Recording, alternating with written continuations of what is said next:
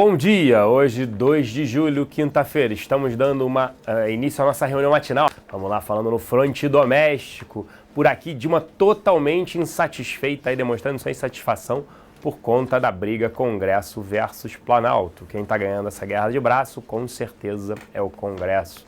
Quem governa, Levi e PMDB. Além disso, produção industrial, né, que o Gustavo Cruz vai comentar depois ali, como é que vê a produção industrial por aqui. E lá fora, hoje também na agenda, o dado mais importante, que normalmente é sexta-feira, foi antecipado, os dados aí do payroll, né, os dados de emprego, de trabalho nos Estados Unidos, que saíram agora há pouco, às 9h30, e impactarão justamente o nosso mercado. Para falar sobre tudo isso, da parte macroeconômica, eu convido aqui o Gustavo Cruz. Bom dia, Gustavo.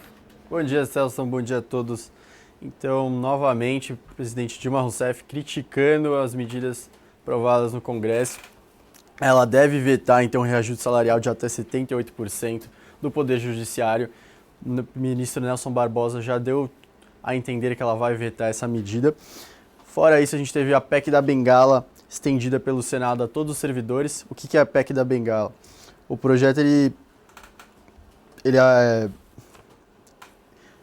a idade de aposentadoria dos funcionários públicos ela passa de 70 para ter 75 anos. É o projeto do Serra e, segundo ele, vai gerar uma contenção de despesas de 1 bilhão por ano.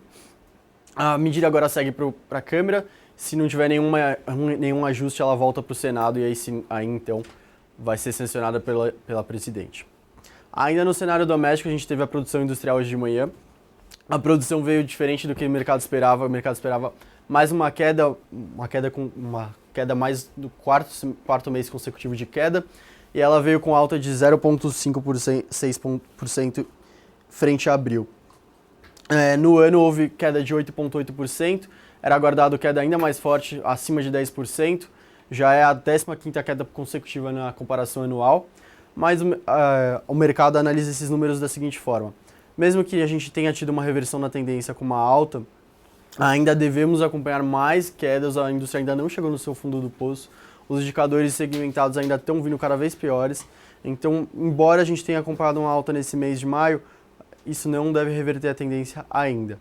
A gente ainda deve acompanhar ao longo dos próximos meses novas quedas, novos dados negativos para a indústria, que vem sendo bem afetada pelas condições da economia e ainda vai ser ainda mais afetada à medida que o aperto monetário comece a impactar os setores da economia. Indo para o cenário internacional, a gente teve agora às 9h30 da manhã o payroll americano. Ele não veio segundo as expectativas do mercado, ele veio um pouquinho abaixo. Na criação de empregos, em vez de 233 mil, veio 223 mil. A taxa de desemprego recuou de 5,4% para 5,3%, o que seria bom, mas o problema é que a parte do rendimento médio mensal ele caiu, ou ele permaneceu instável em 0%, em vez de subir 0,2%, como aguardava o mercado, e no último mês a alta foi de 0,3%.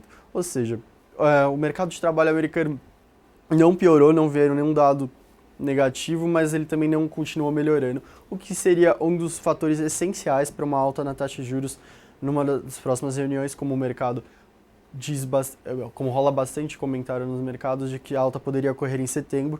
Para que isso ocorra, o mercado de trabalho precisa gerar novos dados positivos, os relatórios de mercado têm que continuar mostrando uma melhora gradual no mercado de trabalho, coisa que hoje foi interrompida. Ainda a gente teve lá fora dados do PPI, que é o Índice de Preços ao Produtor na zona do euro, ele permaneceu estável e era aguardado uma alta de 0,1%. Na comparação anual, o PPI do bloco ele caiu 2,2% em maio, mas isso já veio em linha com o esperado. A Europa os mercados seguem sem tendência definida, porque continua aguardando o resultado do referendo na Grécia e não ficaram tão satisfeitos com os dados que foram divulgados hoje de manhã. Além disso, o Banco Central da Suécia ele recuou novamente a sua principal taxa de juros de menos 0,25 para menos 0,35. Seguindo os padrões dos principais bancos centrais internacionais, então mais uma vez o Banco Central da Suécia cortando a sua taxa de juros nacional. Ainda o último destaque lá fora veio da Bolsa de Xangai. O governo, a comissão que regula a bolsa, ela fez uma nova tentativa para flexibilizar as regras e interromper a forte volatilidade que vem ditando os mercados chineses. Então, ela flexibiliza as regras e agora para os usos de recursos emprestados para investimentos em ações e também ela reduz as tarifas cobradas com as transações com ações. Ela espera que isso volte a afete e reduza essa volatilidade que vem impactando tão fortemente a Bolsa de Xangai. A bolsa que hoje caiu, recuou fortemente, enquanto a Bolsa de Tóquio veio bem forte. Existe ainda uma expectativa de acordo de solução positiva para a crise da Grécia e isso vem ditando os mercados lá fora. Eu vou voltar para o Celso. Bom dia a todos e até amanhã. Obrigado, Gustavo. Fluxo aqui na casa ontem, né? Os locais foram net vendedores em 7 milhões de reais. Destaque na compra para Itaúsa, Ultrapar, Klabin e Qualicorp. Na venda, Bradesco, GGBR4, JBS e Multiplan. Nas duas pontas, Petro 4, Itaú, Brasil Foods, Vale 5 e Suzano 5. Os estrangeiros terminaram o dia net vendedores em 3 milhões de reais. Destaque na compra TIM, Cetip, Multiplan, Bradesco e Lame 3. Na venda, destaque para Qualicorp, Ambev, Copel, Pão de Açúcar e Dufry, DAGB 33. Nas duas pontas, Petro 4, Braskem, Petro 3. Destaques de Small Caps, Iguatemi, Múltiplos, Queiroz Galvão, Bife, né, Minerva e Duratex. Agora, para falar como é que abriu o nosso futuro aqui, dólar e oportunidade de investimento, eu convido Danilo Zanini. Bom dia, Danilo. Bom dia, Celso. Bom dia, XP. Bom, Celso, após aí os dados do payroll que vieram abaixo das expectativas, o dólar recua aí, está trabalhando com queda de aproximadamente 0,6% a 0,7% no início dessa manhã. E aí, em relação ao nosso índice futuro, trabalha com uma leve valorização de 0,2% nesse pregão. Vale ressaltar que ontem nós tivemos uma forte movimentação positiva para o dólar fechou cotado a 3,183,50, uma valorização de 1,42%, enquanto o índice futuro fechou próximo à estabilidade, porém com uma leve movimentação negativa de 0,41%. Os estrangeiros ontem já iniciaram, lembrando que nós iniciamos aí o segundo semestre do ano e o início do mês de julho, no último pregão, e os estrangeiros já iniciaram as suas posições net vendedoras, aí dando continuidade às suas posições.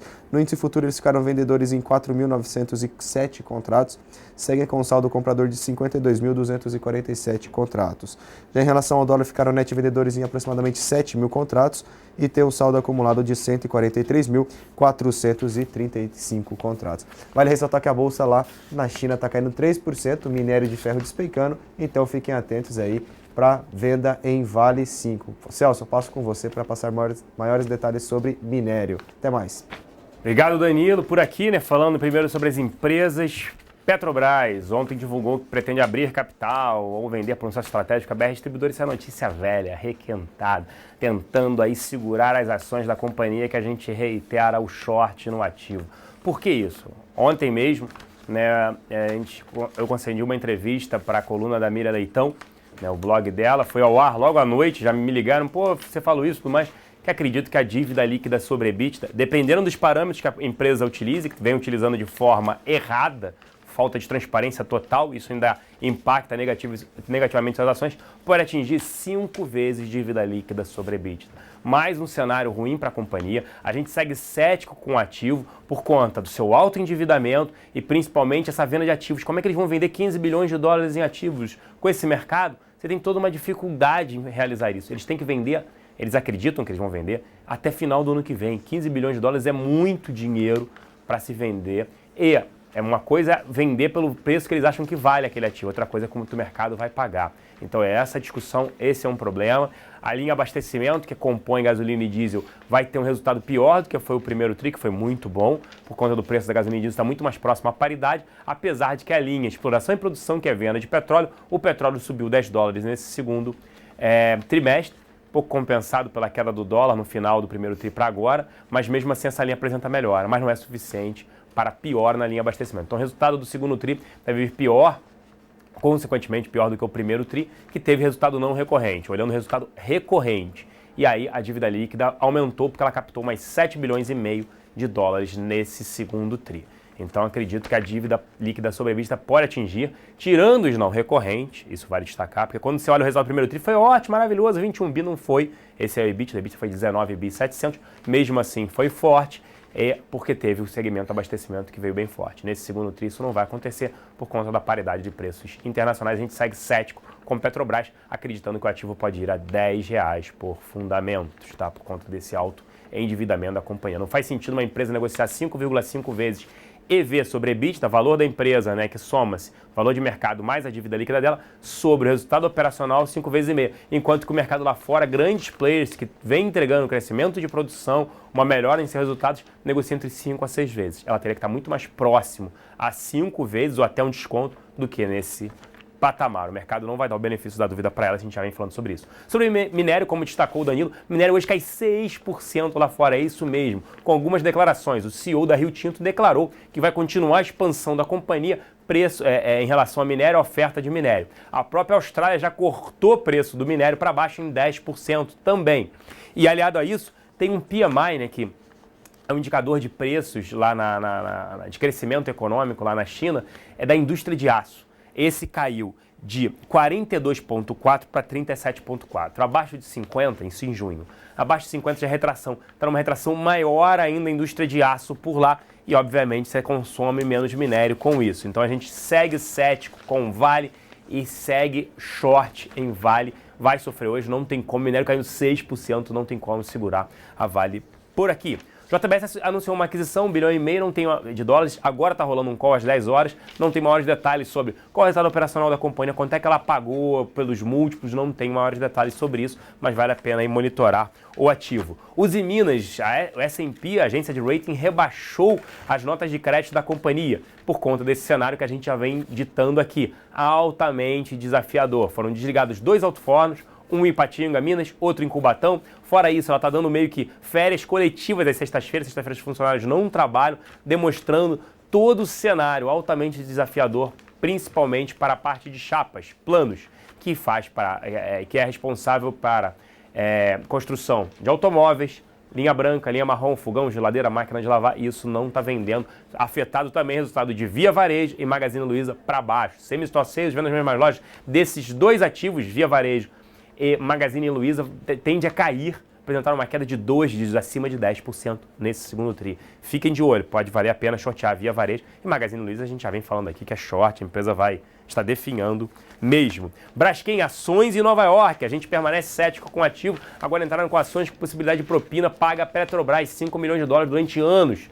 Né? É ruim para a Petrobras, é ruim para a Braskem. Fora isso, a demanda por petroquímico vem caindo, porque a demanda no mercado doméstico, enfraquecimento. Hoje um carro tem mais parte petroquímica, plástico do que aço. Então esse é um outro problema para a companhia. Fora isso, seus dois principais acionistas, Odebrecht e Petrobras, precisam de caixa. Podem vender a empresa por qualquer preço, isso também é ruim. Fiquem fora de Braskem. Vale destacar que a Rumo fez grupamento de 1 para 10, ou seja, de 1,30 passa a valer R$13. Esses que foram os principais dados aí do dia. A gente segue com cautela, recomendando sempre proteção. E vale destaque que a nossa carteira semanal long contra a nossa carteira semanal short, desde abril já dá um retorno de mais de 9% nesse período, ou seja, estaria dando ali 300% do CDI. Uma carteira que no início ela acabou apresentando uma performance fraca, hoje ela já está dando uma performance bem forte aí, a carteira long semanal contra a short. Vale destacar também que a mensal, agora já estamos aí de novo tendo uma rentabilidade acima do Ibovespa no ano e a dividendos bem acima do Ibovespa, mais de 2%, outperformando aí. Só a carteira semanal que está um pouco abaixo do Ibovespa, mas a gente está buscando aí para entregar. Principalmente maio foi muito bom e junho também, e a gente acredita que julho já começou bom e tende a continuar apresentando um bom desempenho. Nós estamos comprados principalmente no setor financeiro, setor de seguros, Itaú, Sul América, dá para comprar, BB Seguridade, Cielo, CETIP, você tem diversos ativos ali que você pode comprar, até um Bradesco. Já na venda, Petrobras, Vale, toda a parte de commodities, tirando o papel celulose que também está na ponta longa. Então na ponta short, Vale, Usiminas, Petrobras, Eletmeia, diversos ativos que a gente tem. Interferência governamental, são empresas do governo e devem apresentar um desempenho pior do que esperado. Fora isso, o Bolsa segue negociando a 12 vezes lucro, enquanto bancos, Sul América e Itaú negociam a 8. Então isso justifica aí a nossa posição long nesses ativos e short nos outros. Vale destaque da mesa de aluguel. Destaque ontem para Lame 4, Estácio, Vale 3, Natura, OIBR 4, Copel, Cirela, PDG e Magazine Luiza, como a gente falou mais cedo também. Uma grande demanda por Copel e Estácio e Vale também permanecem bastante demandadas. Eu vou ficando por aqui e retorno a partir de 11h40, 11h45 no nosso UFC. Uma grande quinta-feira a todos, mas cautela aí com o índice. Um grande abraço e até lá.